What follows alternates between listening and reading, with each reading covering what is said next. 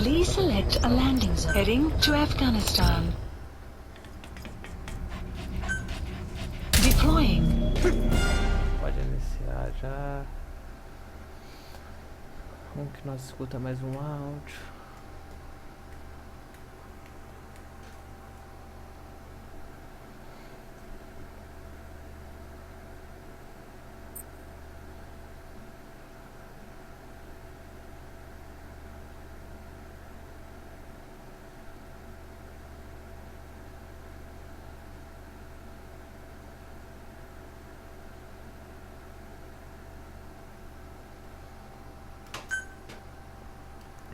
Vamos que vamos, vamos que vamos.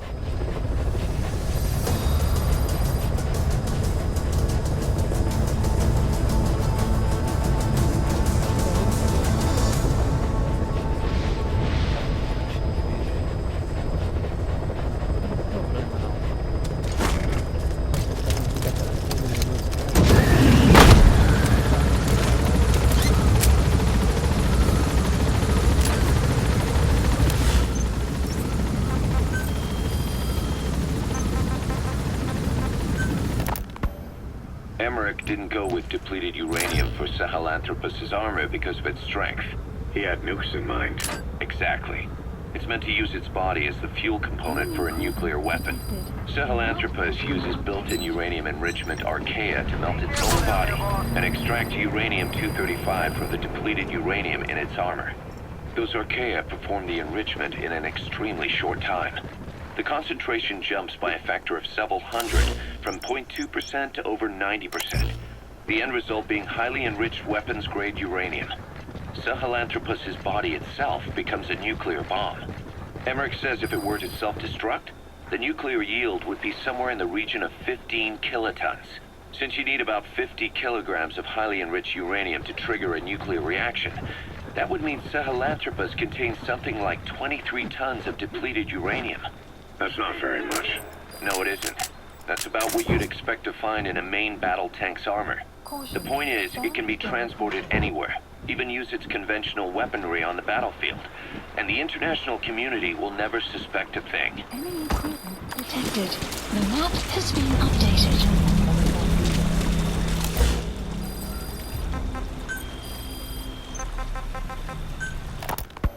I just received word from the R&D team and the transport team out of Afghanistan. They finished installing Sahelanthropus on the base. It's ours now. All right. Don't let any of the staff touch that thing. Especially Emmerich. Of course. That guy's crush on Sahelanthropus is beyond a joke. Guess he really wants to see his tech stand on its own two legs this time. That's not gonna happen. I know it. So you've got no plans to make it operational again? Damn right. Boss, I want to hear it straight from you. Hear what? What the hell do you want with that thing? The drive is busted. It's not like it has a nuke on board. Even if the metallic archaea can turn it into a nuclear weapon, all it can do is self-destruct. Sahelanthropus just isn't a weapon anymore. It'll draw unwanted attention without even being a deterrent. I know. The weapon's development strut sank 2 feet under that thing's weight. That's 1 year's drop in a single night. We've started on reinforcing the strut. Roger. I guarantee it'll hold up if a storm hits. I know that too. Boss, why keep it? It's a mark. Us Diamond Dogs, we don't have a country to call home. That means we have no past, nothing to prove that we lived. Every one of us threw it all away when we came here. That's the target. Sahelanthropus is a symbol. I remember him. He was off base during the attack 9 years ago. Bring him home, boss. It's of no practical use to us. But we still need it. A symbol of what we've done. I'm glad I sounded you out on this. Snake, on behalf of all of us, I want to thank you. I don't need gratitude. I need security. Keep Emmerich away from that thing. Roger that. Go, Tucker. What are the metallic archaea? Volcanic craters spewing sulfur. Water hot enough to boil your skin off. Ocean depths of 800 plus atmospheres. Wastelands radioactive enough to kill you where you stand. There are groups of organisms that survive this fight. He's coming too. Roger that. Living in such environments. I've heard about them. Extremo something. Extremophiles. By selecting certain species, then subculturing and repeatedly modifying them, I created a metallic offspring of pure archaea. They subsist on metals rather than organic matter. And some of them even consume uranium? Yes.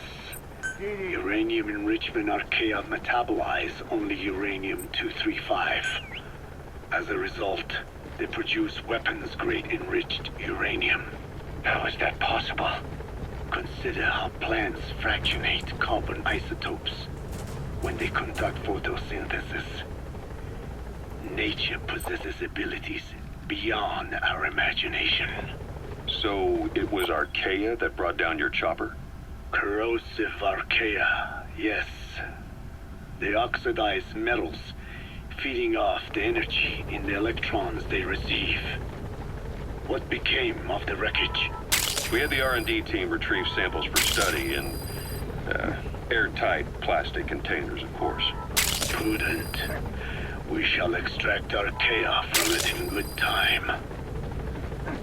They should help you fight back against Black Anna. Any chance we could start now? It doesn't have to be a lot. I might just have another use for it. If it's only a small amount you need. That's fine. I'll get the R&D team to assist. Let's go. South Africa was previously suspected of developing nuclear weapons. It already had a conspicuous presence at the UN because of apartheid and its armed expansionism. But when neighboring Angola and Mozambique became socialist countries in '74, South Africa felt hounded into a corner. So it accelerated its nuclear program to protect itself. 3 years later, the Soviets discovered a test facility, and 2 years after that, an American satellite observed a flash in the southern Indian Ocean. It said this was South Africa conducting a nuclear test with the help of a certain ally. Skullface used the situation in South Africa to get this ally to lend a hand. They both wanted nukes, so it was a mutually beneficial relationship. On the surface, anyway. I figure South Africa started getting serious about nuclear weapons production in '75. In '74, the government was still able to get by with bluffing that it had a nuclear arsenal. But the year after, word spread that an independent armed group in the Caribbean was crushed by Cypher for possessing a WMD. That's right, boss. What happened to you and your men was the reason South Africa decided to push ahead with nuclear development. A force independent of any country getting its hands on a nuke. That was a threat to the existence of countries everywhere. It wasn't just South Africa.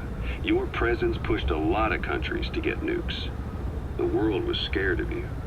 You were a threat to more than just the Cold War. If nations are gears in a machine, you had the power to smash them loose. Nós que é culpado. Extraction arrived at Mother Base.